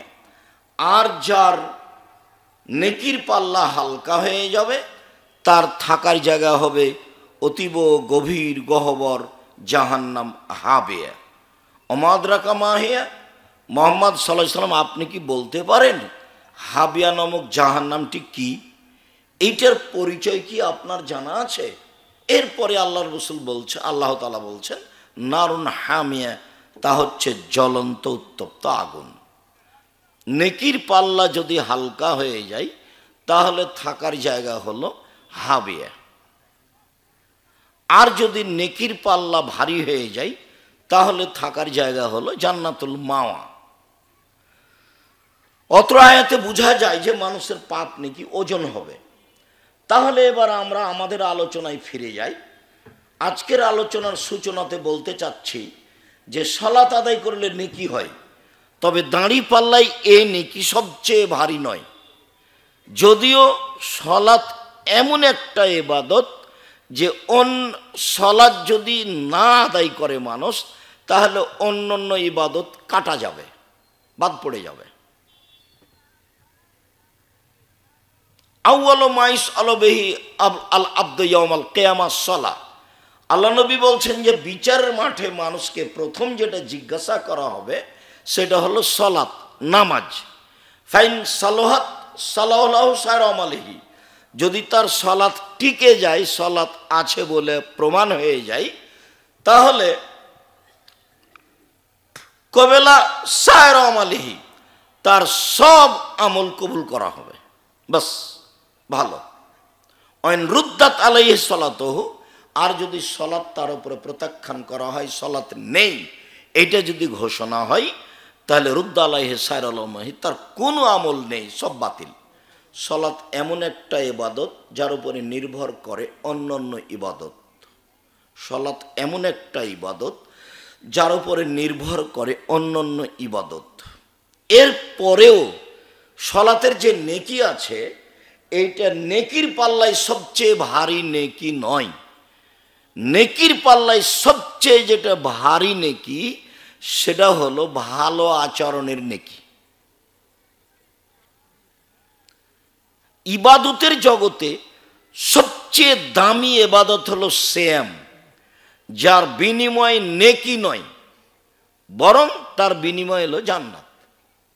এরপরেও সিয়াম আদায় করে যে ফলটা পাওয়া যাবে, এই ফল দাঁড়িপাল্লায় যত ভারী, সদাচরণের নেকি তার চেয়ে হাজারো লক্ষ গুণ বেশি ভারী।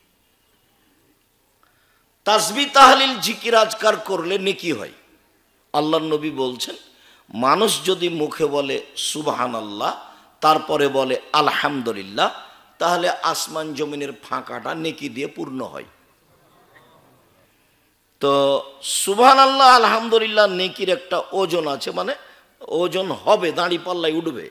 তো এই নেকি যত ভারী, ভালো আচরণের নেকি এর চেয়ে হাজারো গুণ বেশি ভারী। ভালো আচরণ কি জিনিস?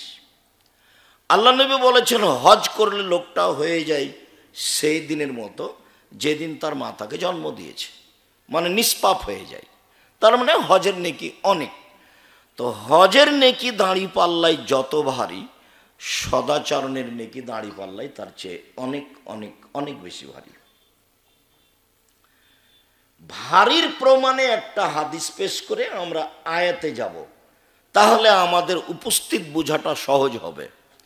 আবু দারদা রাদিয়াল্লাহু তাআলা আনহু একজন বিশিষ্ট সাহাবী বলছেন যে আল্লাহর নবী বলেছেন, ইন্না আফকালা শাইইন ইদাউ ফি মিজানিল মুমিন ইয়াউমাল কিয়ামা খলকুন হাসান। বিচারের মাঠে মোমেন পুরুষ নারীর নেকির পাল্লায় সবচেয়ে যেটা ভারী নেকি রাখা হবে সেটা হলো সদাচরণ। মনে থাকবে না মনে হয়? আবার বলি,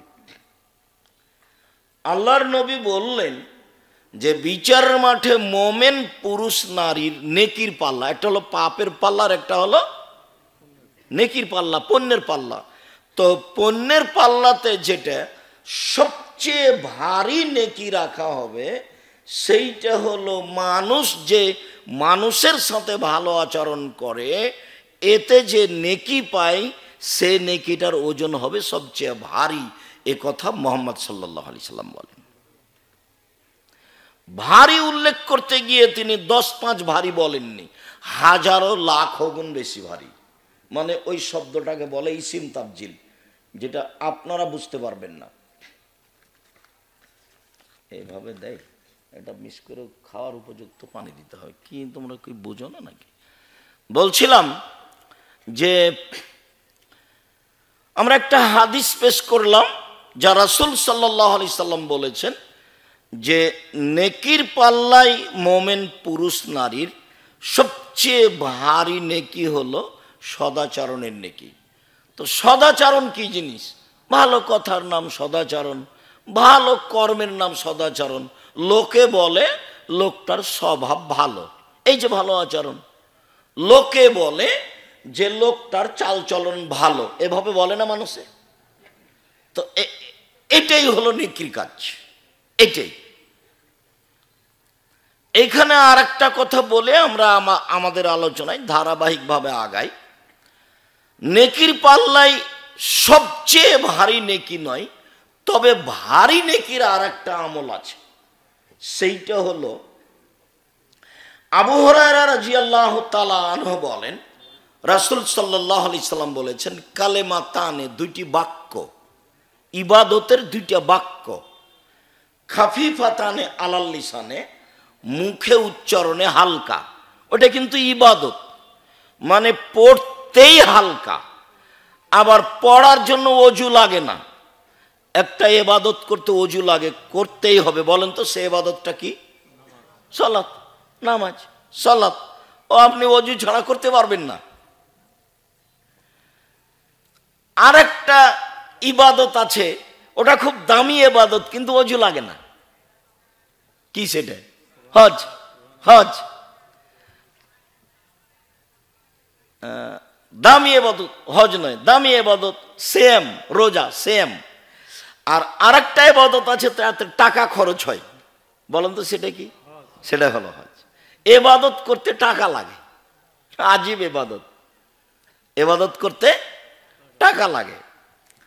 তো এই যে আমি দুইটা বাক্য বলবো, এতে পড়তেও ভারী নয়, অজুও লাগে না, টাকাও খরচ হয় না। 1, 2, হাবিবাতানে ইলার রহমানে, বাক্য দুটি রহমানের কাছে প্রিয়, অতীব প্রিয়। সাকিলাতানে ফিল মিজানে, আর বিচার মাঠে দাঁড়ি পাল্লায় এই বাক্য দুটি ওজনে ভারী।